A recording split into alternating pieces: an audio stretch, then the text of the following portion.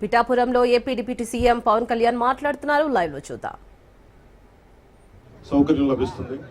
అలాగే ఎన్నికల ప్రచార సమయంలో ఇచ్చిన హామీ మేరకు గ్రామంలో 50 సంవత్సరాల చరిత్ర కలిగిన శ్రీ సీతారామస్వామి దేవాలయంలో ఈ కాల మనకి హరికథ కాలక్షేపానికి కావచ్చు, లేదంటే మనకి ఏ విధంగా అయినా సరే వేద పట్టణానికి కావచ్చు, ఇలాంటికి సంబంధించిన మందిరాన్ని మరి రథశాల నిర్మాణానికి 48 లక్షల అంచనా వ్యయంతో శంకుస్థాపన కార్యక్రమం చేయడం జరిగింది.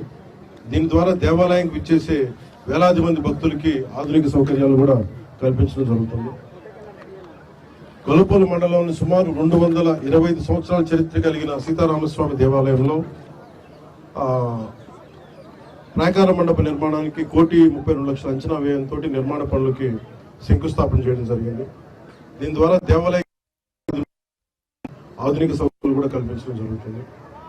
24-25 ఆర్థిక సంవత్సరంలో ఆంధ్రప్రదేశ్ రాష్ట్ర ప్రభుత్వం బీసీ మరియు కాపు ఎకనామికల్లీ వీకర్ సెక్షన్ వర్గాలకు చెందిన మహిళల ఆర్థికాభివృద్ధి కోసం ఉచిత ప్రాథమిక దర్జీ శిక్షణ పథకాన్ని ప్రారంభించింది.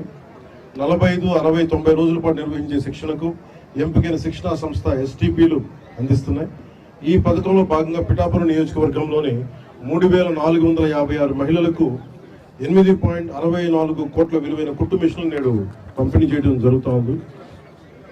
అకాల వర్షాల ప్రభావాన్ని తగ్గించేందుకు పిఠాపురం నియోజకవర్గంలోని చిన్న సన్నకారు రైతులు ధాన్యాన్ని రక్షించేందుకు 26 లక్షల వ్యయంతో 2,000 టార్పాలిన్లను సిద్ధం చేసి నేడు ఉచితంగా రైతులకు అందజేయడం జరుగుతుంది. ఇందులో 1,000 టార్పాలిన్లు 13 లక్షలు ONGC వారి కార్పొరేట్ సోషల్ రెస్పాన్సిబిలిటీ నిధులు, 1,000 టార్పాలిన్లు జిల్లా నిధులతోటి సమకూర్చడం జరుగుతుంది. వ్యవసాయ యాంత్రీకరణలో భాగంగా రైతుల సమయాన్ని ఖర్చులను తగ్గించడమే కాకుండా వ్యవసాయ శాఖపై 50% సబ్సిడీపై వ్యవసాయ పరికరాలు, ఈ పిఠాపురం నియోజకవర్గంలోని 103 పరికరాలు, అవి 14 రోటివేటర్లు, 39 పవర్ టిల్లర్స్, 50 స్ప్రే రైతులకి చేయడం జరుగుతుంది. దీని ద్వారా సుమారు 25,000 ఎకరాలు గల రైతులకి మేలు చేకూరుతుంది. ఉపాధి హామీ పథకం ద్వారా పిఠాపురం నియోజకవర్గంలో 18.2 కోట్ల విలువ గల 31 కిలోమీటర్ల పొడవైన 276 CC రోడ్లు, 3 కోట్ల వ్యయంతో నిర్మించిన 5 కిలోమీటర్ల వేగం BT రోడ్లు,